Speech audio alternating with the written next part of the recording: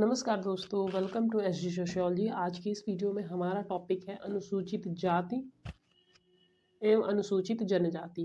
जैसा कि आप सबको पता है कि अनुसूचित जाति एवं जनजाति ST SC, scheduled caste, scheduled tribe, ये वे समुदाय होते हैं जो कि भारत में कानूनी और सामाजिक श्रेणी में आते हैं, जिन्हें कि भारतीय संविधान के तहत विशेष अधिकार और संरक्षण प्रदान किया गया है। और ये विशेष अधिकार या संरक्षण प्रदान करने का रीज़न क्या है? क्योंकि ये समुदाय ऐतिहासिक रूप से सामाजिक, आर्थिक और शैक्षणिक रूप से पिछड़े रहे हैं। मतलब ये जो समाज के सारे लोग हैं, उनमें से ये कुछ ऐसे लोग हैं जिन्हें श्रेणीबद्ध किया गया है। क्यों? क्योंकि इन्हें समाज की मुख्य धारा से न जोड़ के बिल्कुल अलग बहिष्कृत करके रखा गया है। इसमें दो तरह के लोग हैं। अनुसूचित जाति यानी शेड्यूल्ड कास्ट, अनुसूचित जाति वे समुदाय जो पारंपरिक रूप से छुआछूत, सामाजिक भेदभाव और जातिगत अन्याय का शिकार रहे हैं। इनमें दलित समुदाय के लोग शामिल होते हैं जो ऐतिहासिक रूप से निम्न श्रेणी के कार्य कौन कौन से, जैसे कि सफाई, चमड़ा उद्योग, मृत पशुओं को हटाना आदि कार्य करते रहे हैं। और दूसरे अनुसूचित जनजाति यानी शेड्यूल्ड ट्राइब एसटी, ये कौन से हैं? ये वे समुदाय हैं जो ऐतिहासिक रूप से कहाँ पे, जंगलों में, पहाड़ों में और दूर दराज के क्षेत्रों में रहते आए हैं और उनकी अपनी पारंपरिक संस्कृति, भाषा और रीति रिवाज हैं। एक शब्द में बोले तो आदिवासी समूह या वनवासी समूह। इन जनजातियों की सामाजिक संरचना भी अलग होती है और ये मुख्य रूप से किस पे, कृषि, पशुपालन और वन उत्पादनों पर निर्भर रहते हैं। जंगलों में रहते हैं, वहाँ के फल फूल खाते हैं, पशुपालन करते हैं, समुदाय में रहते हैं। खासी, भील, नायर, इस तरह की जनजातियों के बारे में आपने सुना होगा। तो अनुसूचित जाति एवं जनजाति एक ऐसी सूचीबद्ध लोगों की श्रेणियां जिसमें दो तरह के लोग आते हैं। एक अनुसूचित जाति जो कि निम्न श्रेणी के आते थे और जनजाति जो कि वनवासी थे, वे आते हैं। अनुसूचित जाति और जनजाति टॉपिक से आपको बहुत ज़्यादा डिटेल में नहीं कुछ पढ़ना है।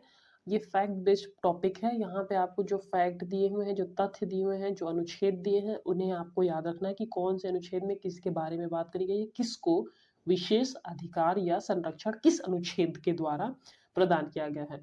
और उनमें किन की बात होगी, या तो अनुसूचित जाति की बात होगी या अनुसूचित जनजाति की बात होगी। तो संविधान में जो कुछ प्रमुख अनुच्छेद हैं उन्हें आप याद रख लो। अनुच्छेद नंबर 17, 17, 46, 330 और 332 और 335, ये कुछ इंपॉर्टेंट अनुच्छेद हैं। इससे क्वेश्चन पूछा जाता है। तो आर्टिकल 17 क्या बात करता है? छुआछूत का उन्मूलन यानी अस्पृश्यता, जो भेदभाव, छुआछूत की भावना है, उस प्रथा पर प्रतिबंध लगाता है। आप किसी विशेष जाति में जन्म के आधार पर लोगों के साथ अलग तरह का व्यवहार नहीं कर सकते कि निम्न जाति में पैदा हुआ है तो यह छूत है या निम्न है, या इसे अधिकार नहीं प्राप्त होंगे, या इसे चेयर पे बैठने का अधिकार नहीं, ये नीचे बैठेगा, जो भी चीज़ें हैं। अस्पृश्यता या छुआछूत की जो प्रथा है उस पर प्रतिबंध लगाता है अनुच्छेद 17। और अनुच्छेद 46 बात करता है अनुसूचित जाति और जनजाति के लोगों की शैक्षिक और आर्थिक उन्नति के बारे में। अर्थात अगर कोई अनुसूचित जाति या जनजाति के परिवार का बच्चा किसी भी स्कूल में गया शिक्षा ग्रहण करने और उसे ये बोल के कि आप नीच हो या आप अछूत हो या आप आदिवासी हो, जो भी हो, ये सब बोल के अगर उसे एडमिशन ना दें या उन्हें किसी भी तरह की आनाकानी करें एडमिशन के टाइम पे, तो वो बच्चे ये बोल सकते हैं कि आर्टिकल 46 के तहत हमें ये अधिकार भारतीय संविधान ने दिया है कि हम किसी भी स्कूल में शिक्षा प्राप्त कर सकते हैं। तो शैक्षिक और आर्थिक उन्नति सुनिश्चित करने के लिए कौन से अनुच्छेद में बात करी जाती है? अनुच्छेद 46 में। और अगर हम बात करें अनुच्छेद 30 और 32, तो लोकसभा और विधानसभा में SC ST के सीटों का रिजर्वेशन करके रखा गया है कि इतनी सीटें तो इन्हीं से बिलोंग करेंगी, उस जगह पे कोई जनरल कैटेगरी का नहीं आ सकता। और नेक्स्ट है 335, जो कि सरकारी नौकरियों में SC ST के लिए विशेष प्रावधान देता है। यानी जब भी कोई गवर्नमेंट जॉब के लिए आता है फॉर्म या वैकेंसी, तो वहाँ पे कुछ सीटें रिजर्व होती हैं। आप भी देखते होंगे SC की इतनी सीटें हैं, जनरल कैटेगरी की इतनी, OBC की इतनी, PWD की। तो जो SC ST की कैटेगरी होती है वो यहाँ पे है 335 के तहत उन्हें ये अधिकार दिया गया है। या आप देखते होंगे हर कैटेगरी की अपनी अपनी मेरिट लिस्ट जाती है, या आपने देखा होगा मेरिट लिस्ट उसमें जितनी भी कैटेगरियाँ हैं उसके हिसाब से नंबर में कुछ कैटेगरियों को छूट मिली होती है, जैसे SC ST या PWD। जनरल कैटेगरी को अगर 75 लाना है तो SC ST को 70 या 65 इस तरह के स्कोर में भी वही जॉब मिल सकती है।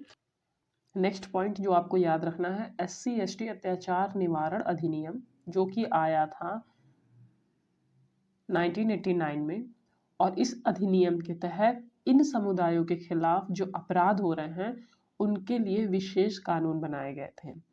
विशेष अदालतों और फास्ट ट्रैक कोर्ट की व्यवस्था की गई थी। और नेक्स्ट ये जो अनुसूची है 5वीं और 6वीं, इसे आप याद रख लेना। ये बात करता है मध्य प्रदेश के आदिवासी समुदाय के लिए जो विशेष प्रशासन की व्यवस्था करी गई है उसके बारे में।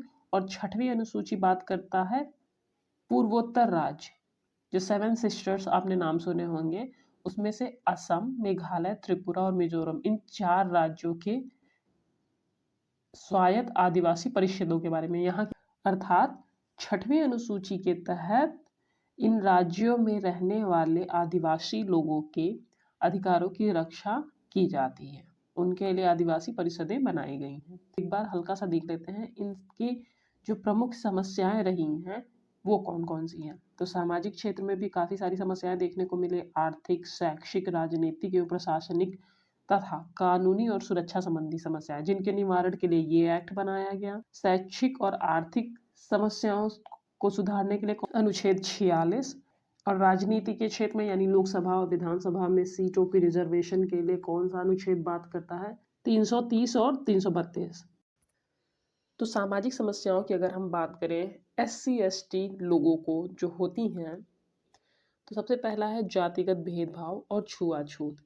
ये किसके लिए है? SC के लिए, मतलब अनुसूचित जाति के लिए प्रमुख समस्या है। जो हमने बात करी थी अस्पृश्य, निम्न, अछूत, या महात्मा गांधी ने जिसे हरिजन नाम से संबोधित किया था, उन्हें सामाजिक भेदभाव और छुआछूत का सामना करना पड़ता था, जिसके बारे में भीमराव अम्बेडकर ने भी बताया हुआ है कि उन्हें सार्वजनिक जो घड़े थे जो कि जिससे सब बच्चे पानी पीते थे, उन्हें यह अनुमति नहीं थी कि वो उसे छू सकें। वैसे तो इनके बारे में अनुच्छेद 17 में हमने बात करी थी, और स्पृश्यता का उन्मूलन यानी छुआछूत की जो प्रथा है उसको समाप्त करने पे जोर दिया गया है, फिर भी कुछ ग्रामीण इलाकों में ये चीज़ें देखने को मिलती है। हालांकि नगरीय क्षेत्रों में, सिटीज़ एरियाज में ये आपको बहुत रेयर देखने को मिलेगा, बट हाँ ग्रामीण इलाकों में आपको, रूरल एरियाज में ये देखने को मिल जाएंगी आज भी। आज नेक्स्ट है सांस्कृतिक पहचान पर खतरा। ये किसके लिए है? ST यानी अनुसूचित जनजातियों के लिए, क्योंकि ये आदिवासी समुदाय होते हैं, वनों में रहते हैं, यहाँ पे इनकी अपनी भाषा होती है, यहाँ पे इनकी अपनी संस्कृति, अपनी परंपराएं होती हैं। जैसे बिहू असम जनजाति के लोगों का लोक नृत्य है, या इनकी परंपराएं मातृ सत्तात्मक परिवार चलेगा या वंशावली कैसे चलेगी, जो भी चीज़ें हैं वो इनके लिए सबसे बेस्ट थी। बट आधुनिकरण, नगरीकरण के कारण वो चीज़ें क्या हो रही हैं, विलुप्त हो रही हैं। अगर आर्थिक समस्याओं की हम बात करें तो गरीबी और बेरोजगारी। अधिकतर निम्न वर्ग के लोग कौन कौन से काम करते हैं? सफाई के काम या चमड़े का काम, जो कि हमने पहले बात करी थी, या दिहाड़ी मजदूर, कृषि मजदूर।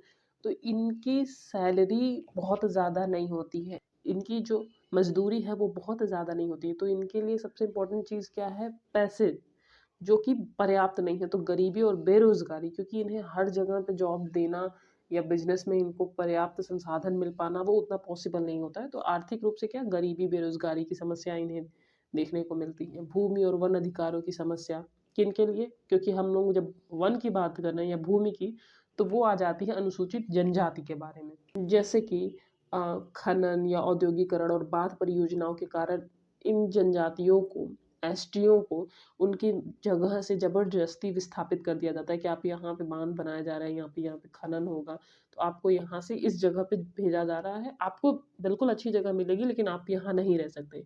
क्यों नहीं रह सकते? वो उनका अधिकार है, बट नहीं, उन्हें हटाया जा रहा है इन सब कामों के चक्कर में। हालांकि इस चीज़ को रोकने के लिए वन अधिकार 2006 बनाया गया है, बट इसके बावजूद भी कुछ क्षेत्रों में, कई कई जगहों पे आदिवासियों को उनकी पारंपरिक भूमि का अधिकार नहीं मिल पा रहा है, तो इससे जुड़ी समस्याएं इनको देखने को मिलती है।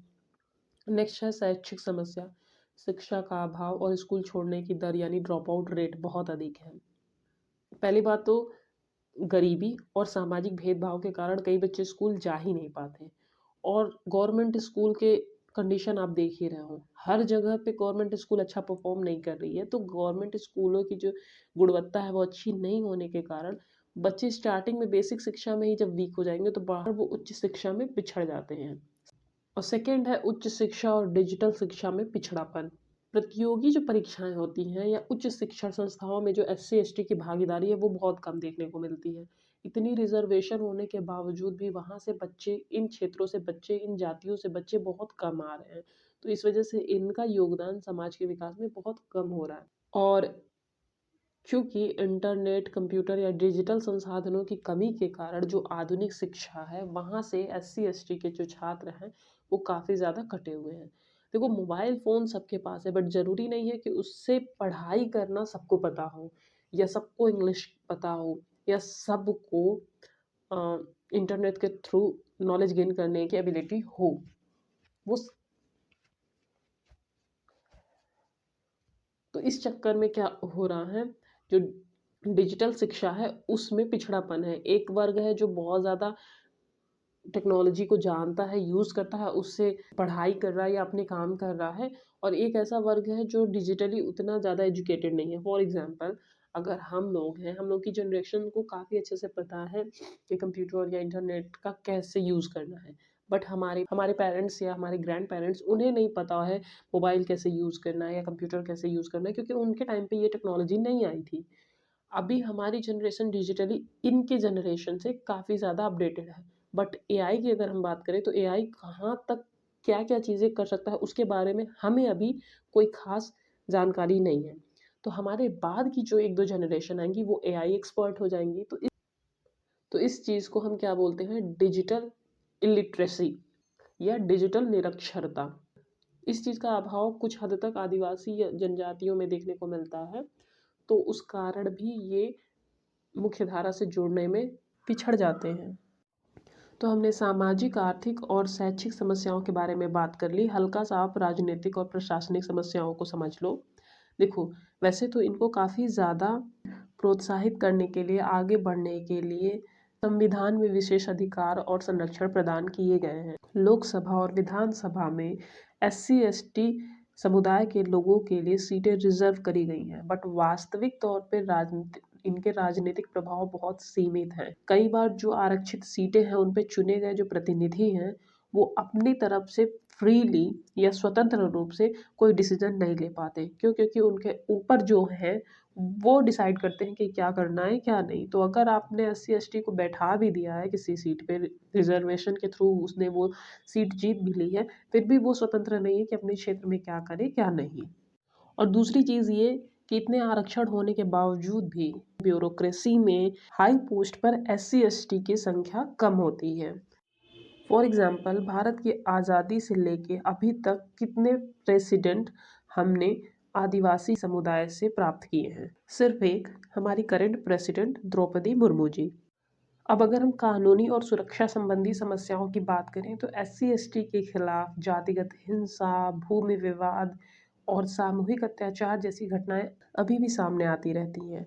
SC ST एक्ट 1989 होने के बावजूद भी न्यायिक मामलों में भी इन्हें देरी का सामना करना पड़ता है और गरीबी के कारण इन्हें बंधुआ मजदूरी या मानव तस्करी, ह्यूमन ट्रैफिकिंग जैसे मामलों का सामना करना पड़ता है।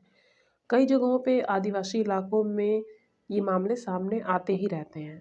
और दूसरी चीज़ क्या है, महिलाओं और बच्चे, इनको ज़बरदस्ती मजदूरी या वेश्यावृत्ति में भी धकेलने के मामले सामने आते रहते हैं।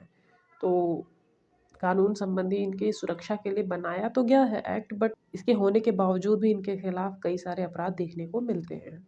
तो जैसा कि हमने समझा, SC ST समुदायों के उत्थान के लिए सरकार के द्वारा कई सारे योजनाएं लाई गई हैं, कानूनी प्रावधान भी मौजूद हैं, बट इनकी सामाजिक भेदभाव, शिक्षा की कमी, आर्थिक असमानता और कानूनी सुरक्षा की जो कमजोरियां हैं उनके कारण इनकी स्थिति अभी भी संतोषजनक नहीं है। यदि शिक्षा, आर्थिक सशक्तिकरण और सामाजिक जागरूकता, कानूनी सुधार इन्हें प्रदान किया जाए तो उसके माध्यम से इन समुदायों को वास्तविक समानता दिलाई जा सकती है। आई होप आपको आज का ये टॉपिक समझ में आया हो। अगर आपके कोई सुझाव हो तो आप कमेंट बॉक्स में दे सकते हैं। अगर आपको वीडियो पसंद आया तो वीडियो को लाइक, शेयर और चैनल को सब्सक्राइब करना ना भूलें। इस वीडियो की अगर पीडीएफ चाहिए तो आप हमारे टेलीग्राम चैनल एसडी सोशियोलॉजी से जुड़ सकते हैं। डिस्क्रिप्शन बॉक्स में चैनल और पीडीएफ की लिंक मिल जाएगी। और अगर आपको लगता है कि कहीं पे कोई फैक्ट या कोई पॉइंट मिस हो रहा है या गलतियां हो रही हैं तो आप बता सकते हो। आज के लिए बस इतना ही। धन्यवाद।